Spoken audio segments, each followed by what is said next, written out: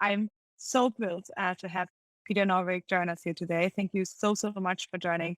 You're not only the director of research at Google, but you also co-authored the seminal textbook on AI and modern approach together with Stuart Russell. It really inspired an entire generation of AI researchers to pursue the field and then also educated them in promising paths to take. And it's used by over 1,500 universities in 135 countries, but this continents would be, I think, let's say a little bit more thinking in the long-term future when we treat planets as continents. No, but I think even that number is probably outdated because it isn't from this year. So it's probably many more at this point. And you're also the head of computational science of the computational science division at NASA Ames, where you oversaw over 2,000 scientists in robotics, software engineering, neuroengineering, collaborative systems research, and so forth. And that must have been a really special time. You recently worked with Sebastian Thun to develop an online AI course that was taken by lots of people all over the world. And you're quite gung-ho on the promises of online teaching. You will start with a brief intro on your thinking of AI before we move into more of a guided Q&A. And as I said, because I will have a chance to speak to you later tonight, I'll think as many of the group questions that we can get into during the virtual conversations, the better. So thank you so much for joining. Really honored to have you here. And yeah, the stage is yours. Okay. All right. Thanks for having me, Allison, and welcome everybody. So I'm going to structure my remarks around the history of the textbook because that's sort of my take on what AI is like. So take you back to ancient history, 1990. I was at Berkeley as a research faculty and talked with some of the other AI faculty, and we all not very happy with the textbooks that were available at the time.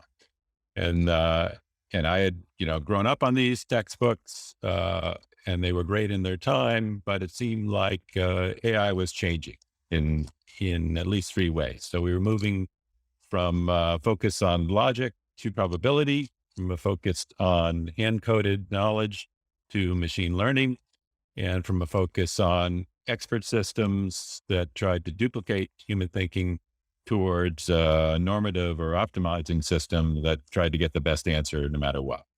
And there didn't seem to be any book that could do that. So we would gripe about that, and we went out to lunch and nothing happened. Then in 91, I left Berkeley. I went to Sun Microsystems. I thought it was a good time to get to, change my top level domain from .edu to .com. We didn't quite have the word big data back then, but I knew that's what I wanted to do. And I knew it was hard to be successful writing grant proposals to put together a big team, but that industry was happy to give you the resources you wanted. And so that's what I did. A year later, I ran into Stuart Russell at a conference and I said, that textbook we were always talking about doing, you guys must be halfway towards writing it by now. And he says, nah, we never did anything. And I said, well, why don't we do it?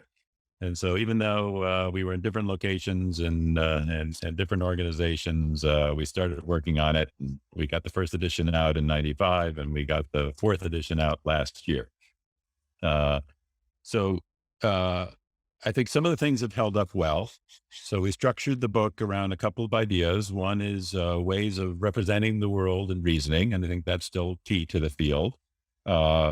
We thought it was particularly important to pay attention to reasoning with uncertainty. And I think that's really right. Sometimes I think it's hard to distinguish what's the line between AI and just regular software engineering, because as I see it, both are trying to do the right thing to make programs that work. And to me, the main difference is in software engineering, the main enemy is complexity, is that as systems get big, you have to deal with their interactions. And in AI, the main enemy is uncertainty.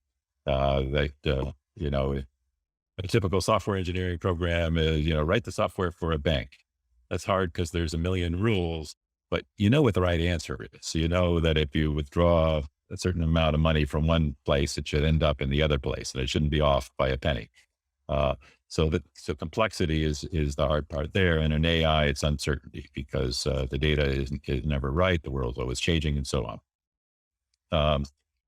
So that was a main part of the book. Machine learning was a main part, although it's become much more important over the years. And then interacting with the environment we thought was really important.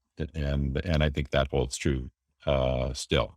We thought in doing the 4th edition, we thought about changing the whole structure of the book to be more machine learning first, rather than to follow through talking about the environment and talking about the structure of agents and so on. But we decided, one, that would be a lot more work to reorganize everything. It was still plenty of work to do it the way it was. And two, other people were doing that. So Kevin Murphy has out now a new comprehensive textbook that takes this ML first approach. And we figured, let him do that work, and we'll stick with our point of view. And people can read both, and they should read both. So the main differences for the 4th edition from the previous editions is obviously deep learning has come a long way. And so we had a lot more to say about that, both in the learning chapters and in the natural language and computer vision chapters. We still define AI as maximizing expected utility for a class of problems that require intelligence, and that's a little bit uncertain. But in the first 3 editions, we said, yeah, okay, we're trying to maximize expected utility, and here's a bunch of cool algorithms that can do that, and let's analyze those algorithms and look at their strengths and weaknesses.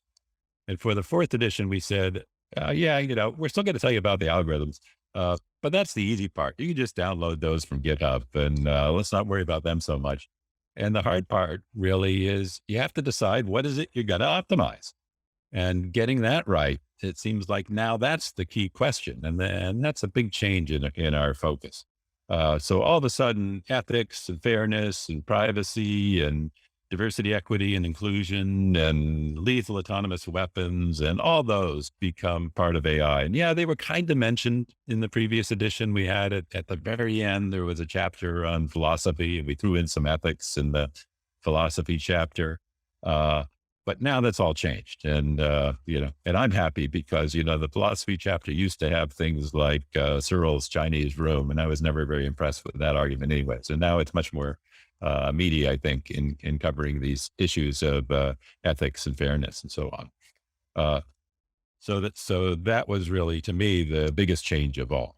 And then I think another thing is that the audience has changed. In the previous editions, people who took an AI class, that was an elective, and a normal CS person didn't take that class. You had to actually choose. Yes, I want to take this AI class, and we sort of felt like, well, a lot of our job is to excite some of those people so that they want to go on to grad school in AI and then become professors in AI.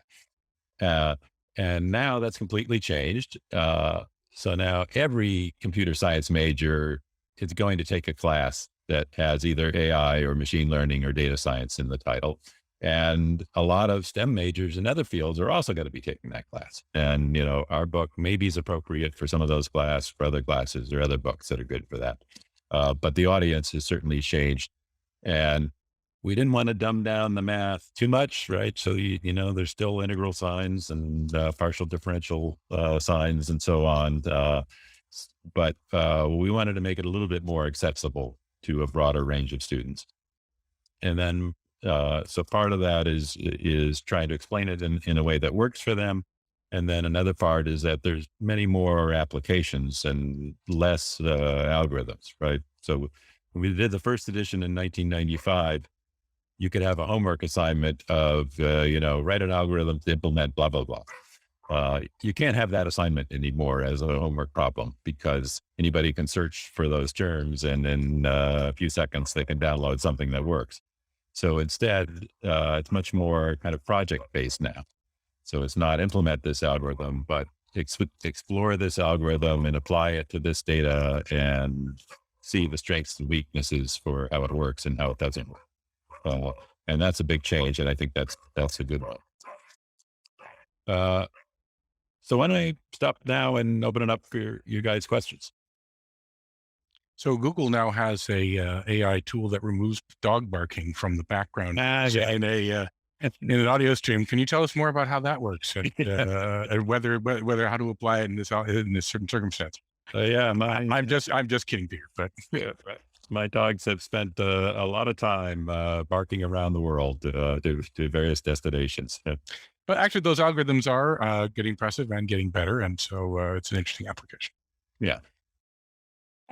Yeah, Peter, I would be, I'll start, and this is an invitation to make me stop asking questions by just asking your own. Oh, well, I already have one. Okay, I'm going to stop immediately. Jazia, you go first. Hey, hi, Peter. First off, thanks so much for coming. I really appreciate it. So I've heard of an argument that's maybe defines artificial intelligence differently or intelligence differently than you did, which is that like there are these organisms or entities, even if they're not properly living organisms, that exist, and they're trying to maintain some kind of homeostasis or some kind of interaction, let's say, with their environment, and then there emerges this complexity, which we view as intelligence, but that assumes intentionality. And it might be better to just say emerging complexity. I'm wondering what you think about that.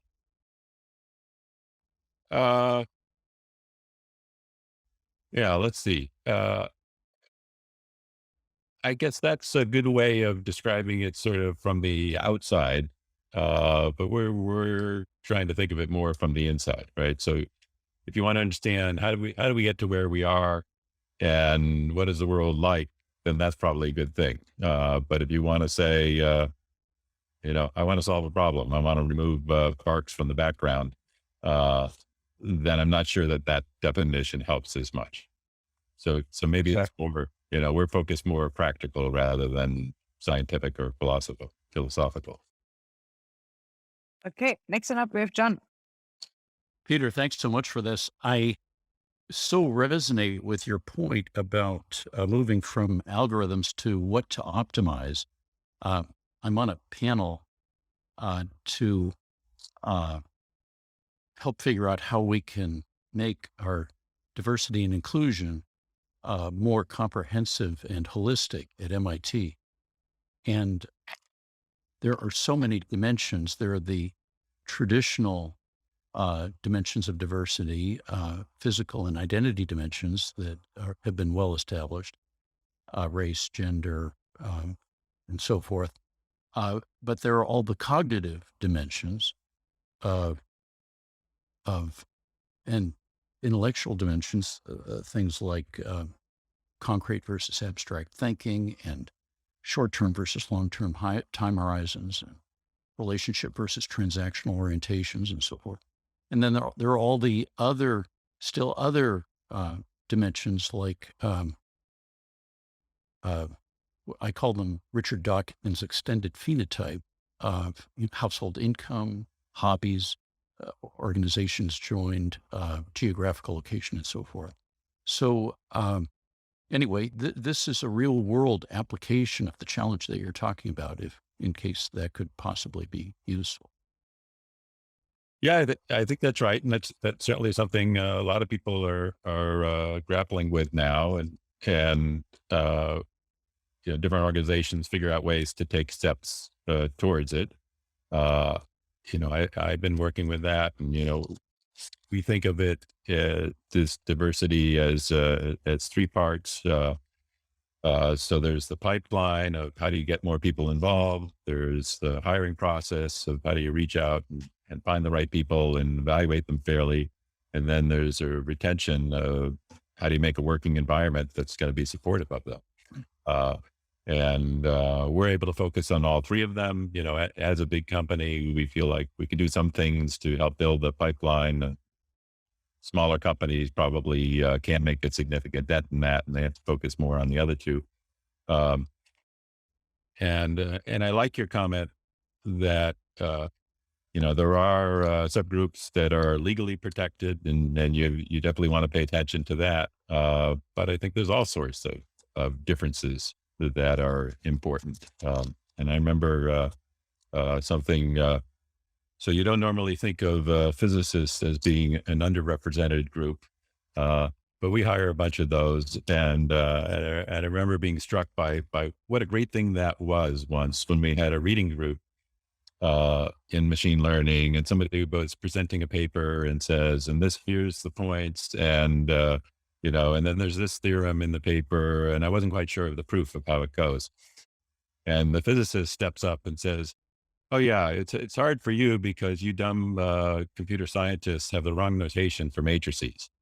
And he says, here's how physicists write matrices. And in this notation, the theorem is just this cancels with this, and then it immediately follows. Right. So it was just, if you come from a different background, you have a different way of thinking, and some problems are trivial from that way of thinking that are hard from somebody else's way of thinking. So that was an anecdote that reminded me, like, let's get lots of people from different backgrounds and throw them all together, and we can solve more problems that way. The way Thank you. the way we do college admissions today, and it's not just MIT, it's everywhere, is so archaic in a way, because we consider just one candidate at a time rather than the entire pool of candidates at one time. And if we had the means through AI to look at the entire pool, we could better optimize for whatever dimensions of diversity we are looking for, plus ensure that, we have a higher quality of students overall. Yeah, I think that's right. I was just reading or actually listening to Kahneman's book, Noise. And he talks about this, it's really hard for people to do these types of comparisons and rank things. And he says the best way to do that is to sort them into groups and then do A versus B comparisons within the groups. And that you can do. Whereas, if you're asked here's an individual applicant, give them a score from 1 to 100, people are terrible at that. But they can make the comparisons within similar groups. Thank you. Next one up, we have Ravi.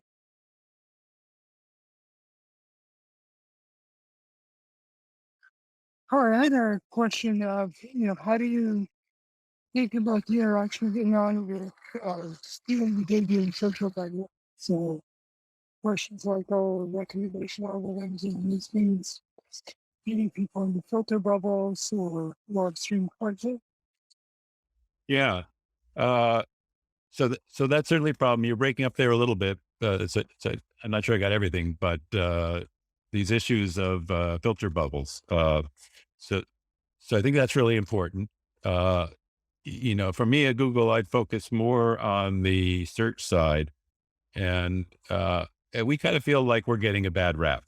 That from our analysis, there's not that much going on with filter bubbles. That most people get the same results for most things, and there's been research that says people who are doing the research online more actually get a wider variety of views than people who look at traditional news media and just get one of them. So we think we're actually doing pretty well there. In other areas, so at Google, something like YouTube, or in Facebook or Instagram and so on, there I think there's more of this potential to get sidelined into one silo. And that is a big issue, and we want to deal with that. And you see, it's been tough that companies are taking some stands in terms of saying, here's the content I'm going to show you or not show you.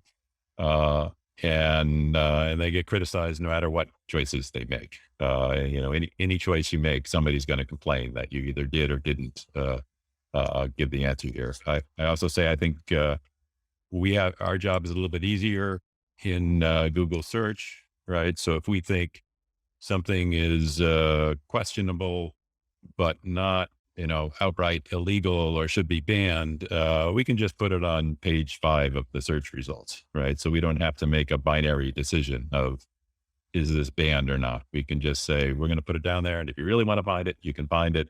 But if you don't, you're not going to find it.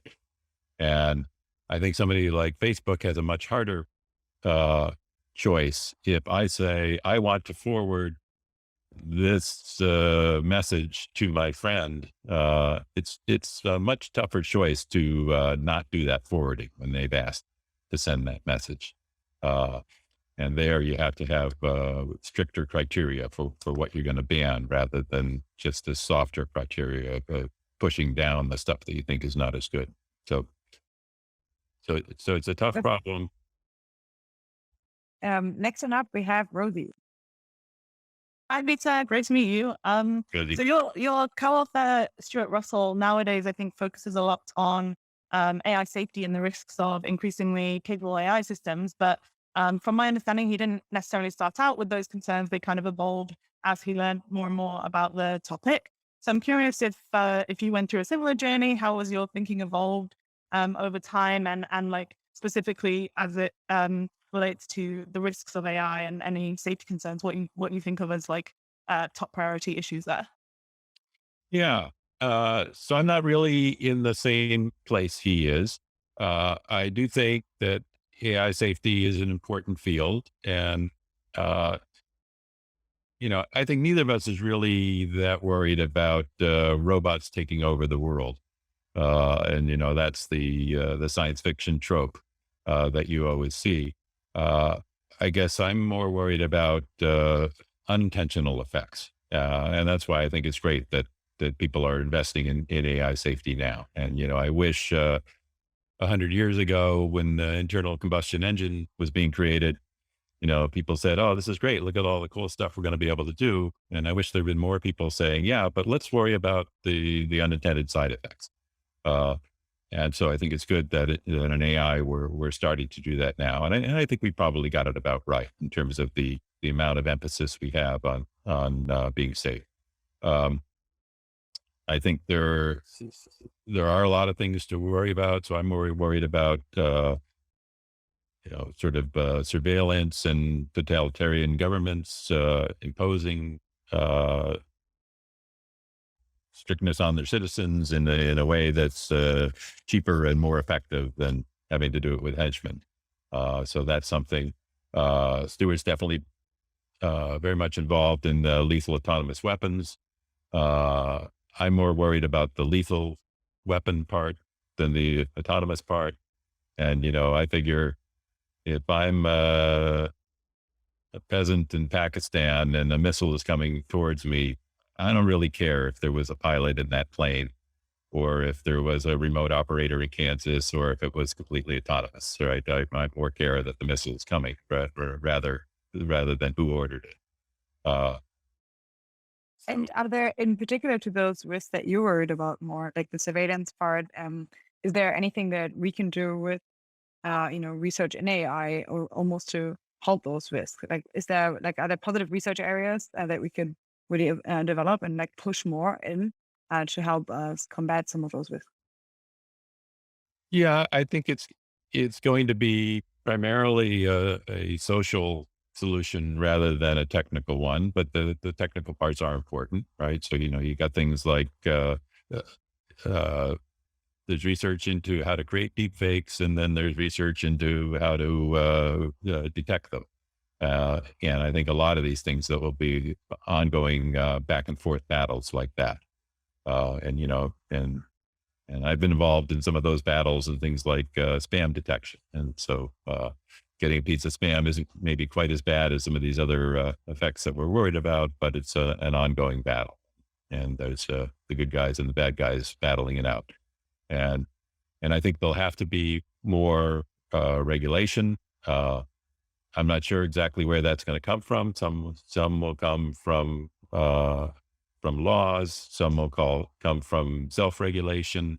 Some might come from third-party certification, right? So again, you go back deep into history, and when electrification happened, people were worried about this new technology, that it was going to kill them. And so Underwriters Laboratory came along and said, we're going to certify these devices as safe. And that wasn't a governmental entity, but it was independent of the companies that were producing these devices. And so maybe we'll end up with things like that, in those kinds of certifications. Okay, great. We'll take perhaps like one more question on the short end, and then we'll move a little bit into further out topics in AI.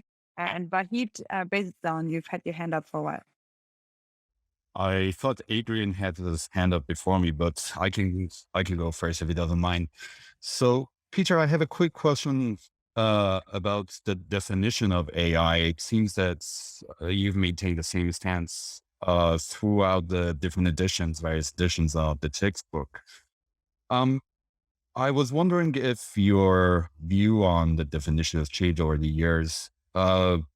And what do you think about the argument that says the definition of computational maximization of expected utility is just too broad and leads to a not so cohesive cluster of topics?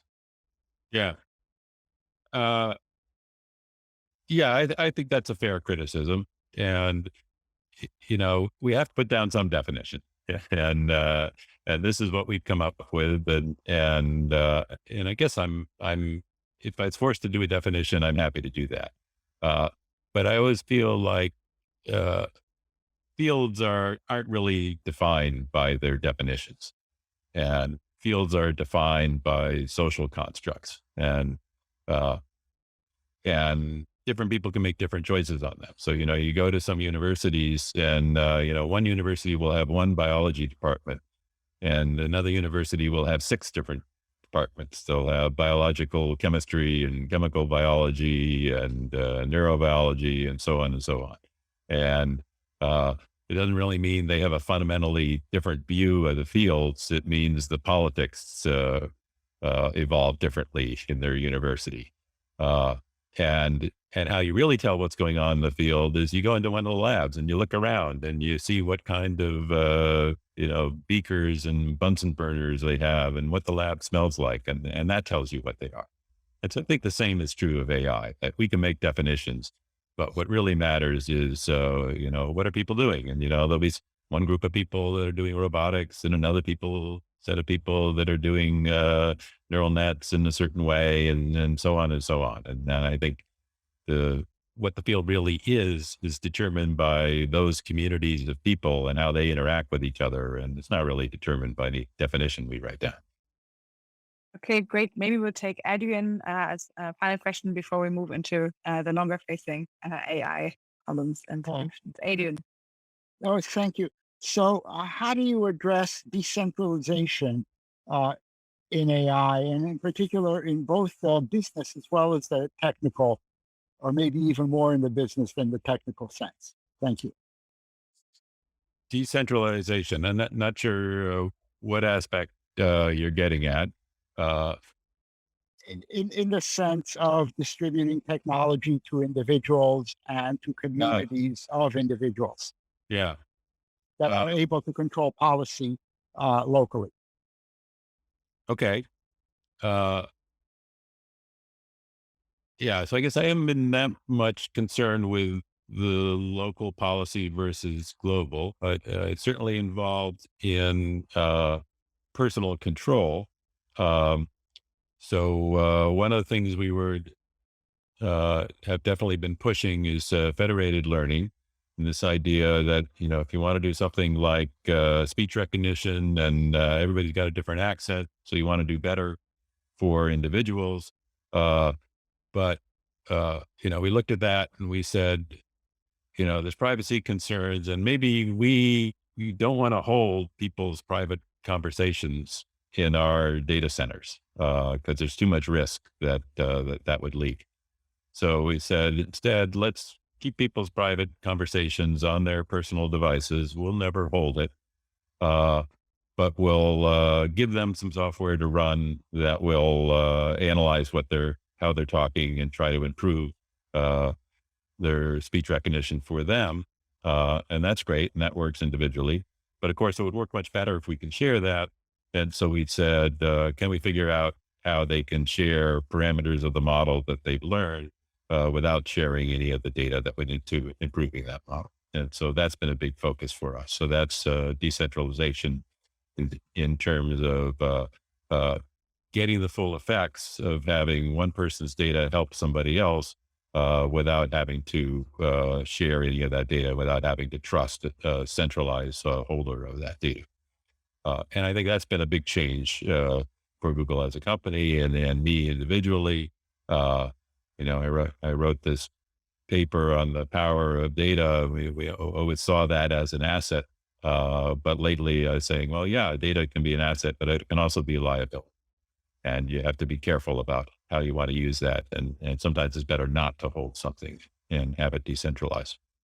I could say I also hear a lot from people who say it's tough to compete with the big companies now, that certain of the models that are being built and the system problems that are being solved and so on require these tens of millions of dollars investment in computing power, and that makes it harder for work to be decentralized. That only a few entities have the power to do that. And I think it's true that that there definitely is some of that. Some of the things that you're seeing published could only be done in a few places. On the other hand, there's still lots of other stuff that can be done, and there's lots of interest in pushing things out to the edge and doing computation on less capable, smaller devices. So there's plenty of work left to do. And I also think that in the future, these cloud providers will be trying to do even more to attract people to their platforms and sharing what they have, especially with academics. Thank you. All right, lovely. Now that we have the first batch of burning questions out of the way, perhaps Mark, you'd like to take us a little bit more into book relevant future-facing AI topic. Yeah. So, Peter, as you know, in our book, we're looking further forward into the future to a future in which most of the cognition of our civilization, most of the cognition that's happening in the world is not human, is the descendants of artificial intelligence, is artificial. And we're tying one hand behind our back with regard to how we try to act now in order to set up a world that is good in that situation. The way in which we're tying one hand behind our back is we're saying these are going to be mind architectures that are really incomprehensible to us. So we have to imagine a framework of rules, imagine a framework of interaction, of cooperation, a constitutional framework, if you will, that's really incredibly neutral among mind architectures and can still serve to enable them to cooperate. And I'm wondering if there's any bounds on the incomprehensibility, if when you look forward past machine learning, past the dangers of AI, look forward to a world in which we've, let's say, succeeded at avoiding the dangers, and now we're coexisting with genuine cognition that's exceeding our own capabilities and is everywhere. Is there anything systemic that you would expect to bound the incomprehensibility that we should be designing for? Okay, yeah, that's tough questions. I guess one of the ways I look at it is to say, in many ways, we're already there, right? So we're already living in a world where a lot of what influences us is done by superhuman, non-human entities, and we call them corporations and governments, and they're pretty incomprehensible, and they have more effect on us than most individuals. But we can't understand them completely, but we can have some understanding and some predictions of what they do. And I think that's also true for humans. We don't really understand each other. We don't really understand ourselves. And yet we muddle through, and psychologists, can understand some things on the types of common flaws and reasoning that people have. And we can try to make sense of it with that. So I think that will continue. And I think the biggest change will just be in the pace that, governments now have big effect on us. But they make changes on the order of months and years and not in the order of milliseconds. I think that's That's what I'm most worried about. And so I would like to see, when you think of constitutions and so on and rules and what are you going to do, I think mostly of what can be sort of a governing effect. And I'm surprised we aren't better at that now, right? So you see things like there are these flash crashes in the stock market. We could have stopped those. We could have said, rather than having these trades where Wall Street firms try to get their computers a few meters closer so that they can save a few nanoseconds in their trades. We could have said, well, we're not going to have any trade faster than the minute level or maybe the hour level. And we're going to put a tax on every trade so that there's less of an advantage to high-speed trading.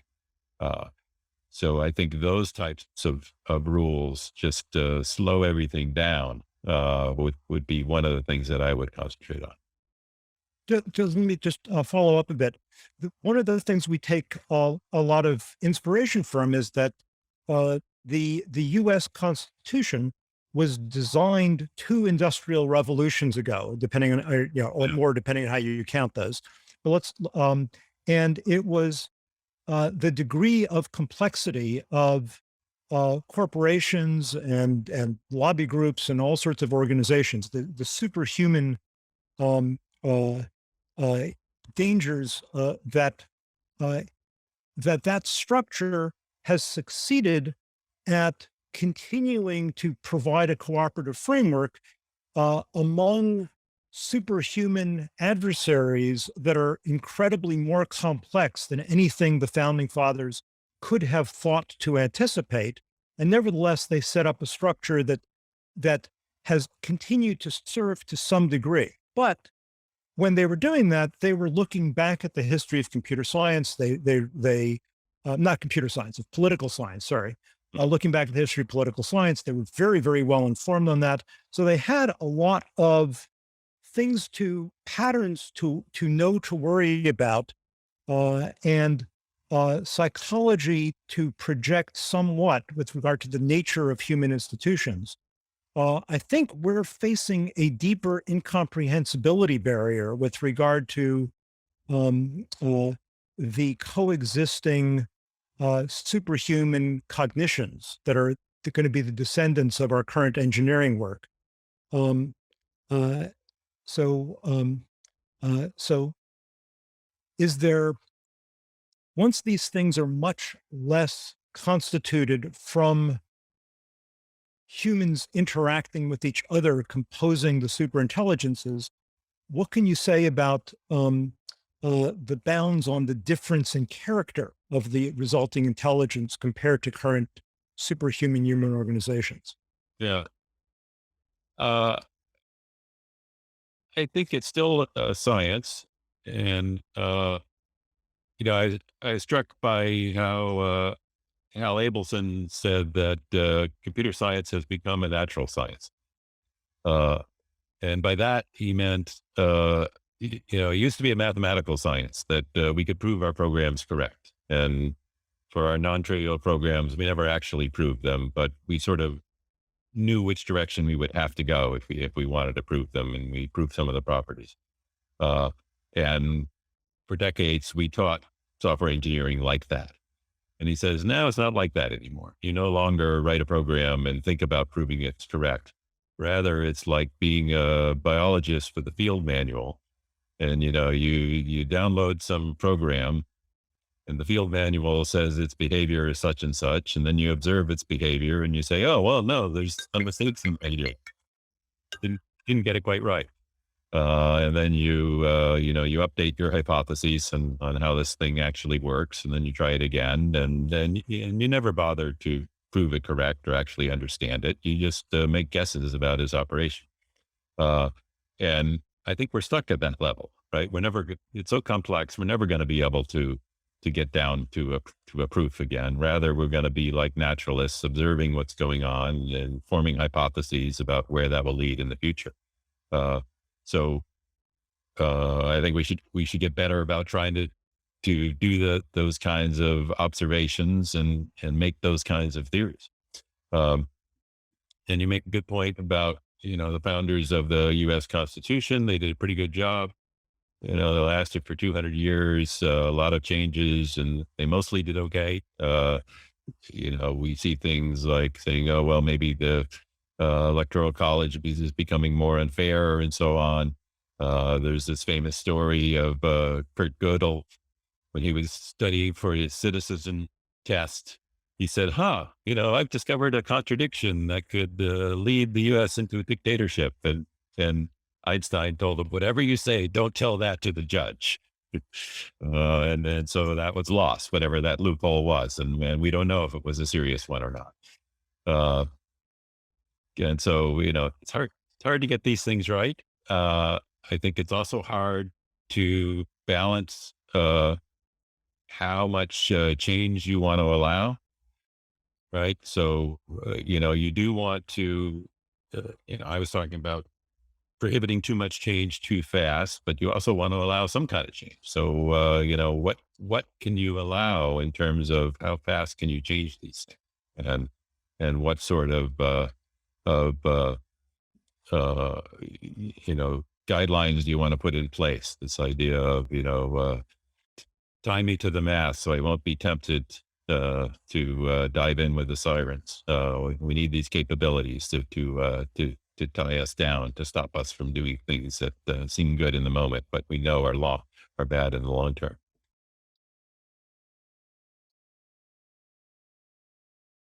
Mark, do you have any follow-ups? No? Okay. Then Peter, I think, had a question that's relevant maybe to this one before maybe I'll jump in. Yeah, so that naturalist perspective that you're quoting there, Peter, seems both true in some deep sense, but also rather pessimistic. Although we can't get robust proofs of the properties of the future systems or even the present systems that we're working with, it does seem as though it should be possible to get particular systems that have very well studied properties. And even if they're not like robustly proven, you can kind of say, well, on the test data set, they did this. And when we threw adversarial examples in, the system did Y. And then once you've got so an example might be if you want a system that thinks about the future, you could say that you want question answering over its future plans. And you want those question answers to be truthful, something like that. Mm-hmm. And so you could imagine building systems like that and then having architectures where we compose some systems that have very well studied properties. And so I'm wondering if, there should be kind of architectures like this for future cognition that we should really be intentionally laying groundwork for at the moment, and whether you have any thoughts on what those might be. Oh, absolutely. Yeah. So to me, I like the term trustworthiness. So I think we should try to build trustworthy systems. Other people have, like DARPA has this initiative on explainable AI, and I don't like the term explainable because I think it's not quite enough. Because anybody can come up with explanations, and every day the stock analysts will give you an explanation for why the stock market went up. But if it gone down, they would have had an explanation too. So you sort of feel like the explanations aren't that powerful. They're kind of more post hoc. And I think a lot of our own reasoning is like that. We sort of use our gut to come up with the answer, and then we use our head to come up with an explanation that justifies the answer that we had, but may not actually correspond to the reasoning. So trustworthiness, I think, ties into the types of things you were talking about, that you want to be able to have a conversation with the system, and you want to be able to pose it scenarios and say, what would happen in such and such a case, and why this, and what were you thinking when you did that, and so on. And you do want to have some guarantees that it's not lying to you. And that's a little bit tricky because, the real answer is, well, I made this decision because I did these matrix multiplications, and then I compared this summation to that summation, and it was greater. And so that's not a very satisfying explanation. So any explanation that is satisfying is also in some sense lying, in that it's not the the whole truth, but you want it to be the truth, if not the whole truth. And you want to have some way to verify that what it's telling you is something that you can trust. And then you have these conversations back and forth. It's still not proof. And, there will be situations that nobody had thought of where the system will misbehave because it's kind of outside the boundaries of what you expected. And we just want to try to minimize those in terms of building systems that are more robust, and building better testing tools to try to limit the untested situations as much as we can. Yeah, I guess I have a follow-up that somewhat pertains to this. So it's interesting. I think AI model approach is subtitled, or at least sometimes called, the intelligent agent book, because it really takes this premise that intelligence is concerned with rational action, always taking the best possible action in the situation. And that definition of an agent arguably, holds both for humans and AIs, right? And so Gillian Hatfield, who we had on last time, was also making some comparison between, okay, what can we actually learn between human principle and agent alignment for AI agent alignment. And so I'm wondering if you have more good parallels in which we can maybe already learn from human action. She was mostly talking in terms of contracting and how we fill in often with our social context for the things that are still left unsaid in contracts. So do you have a hunch of how to go best about doing this for artificial agents? Yeah. So getting back to definitions of AI, we surveyed past definitions and we came up with this 2x2 matrix, saying past definitions either focus on imitating humans or just optimizing results.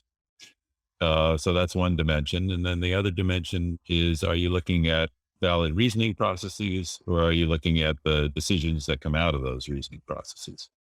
And so we came down in the quadrant of optimizing the decisions, but other people are in other quadrants, and that all makes sense, I think.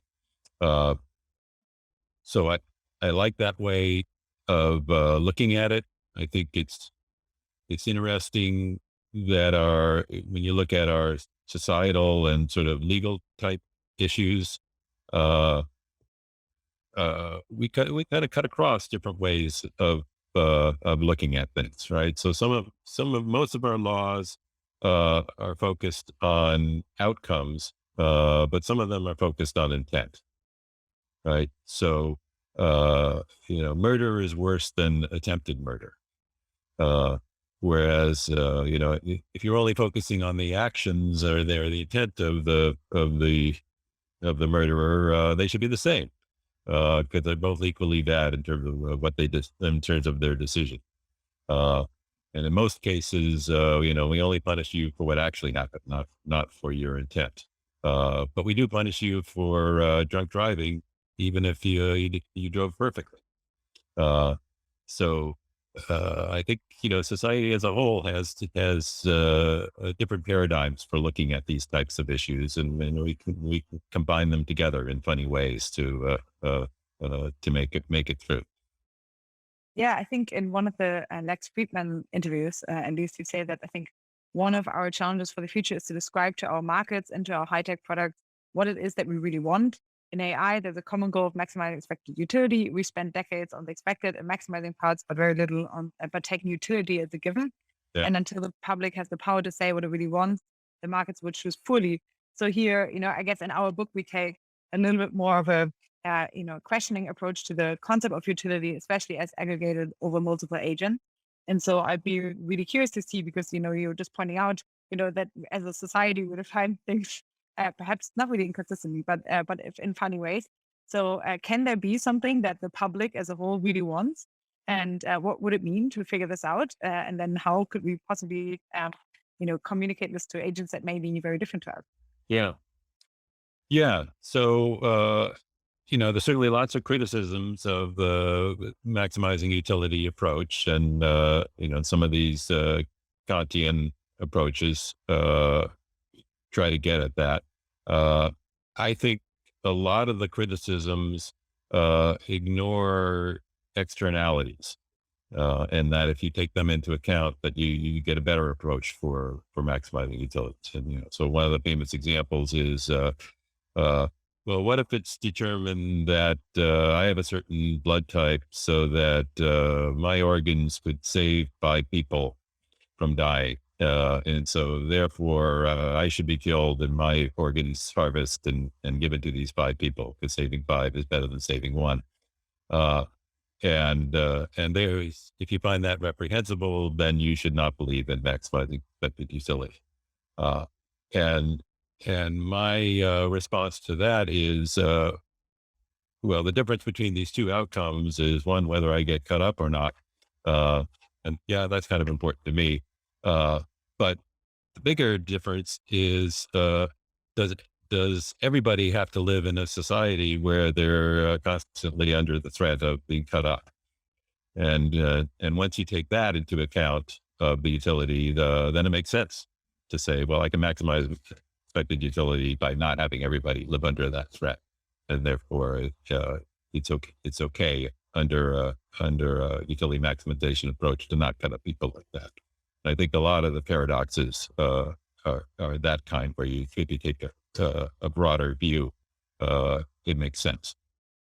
Well, I think that, on the one hand, one could say this is rule utilitarianism, as, like what we want to live under a rule in which this is true. And I think even there, it's sometimes really difficult whether, like, in how far rule utilitarianism, how that relates to just the types of rules that evolved by us playing evolutionarily over many, many iterations with each other. But yeah, I think, this is definitely more on the philosophical angle. I think we had a question. I'm watching the time because we'll have much time to chat tonight, right, in a more structured manner. But we had one from Ravi here, which was on economics, and then bouncing off by Rosie. Ravi, if you want to go for it. Yeah, I mean, my question was basically along economical. Do you see AI as a complement or as a substitute for human labor, or what's the proportion of sort of affecting all humans in the economy, like UBI or income inequality? Yeah. So again, a little bit hard to hear you, but I definitely see AI as a complement rather than a substitute, and that's one of the things that I think was wrong with the expert systems approach of the 80s and 90s of trying to say we're going to replace a person. Rather, I think AI should be a tool that helps people get their jobs done. And sometimes that tool can operate completely autonomously or all the time or most of the time. But we should think of building systems where the humans are in charge and the AI is helping them achieve their goals the best they can. Okay, Rosie had a follow-up that was taking a little bit more concrete, if you'd like to go.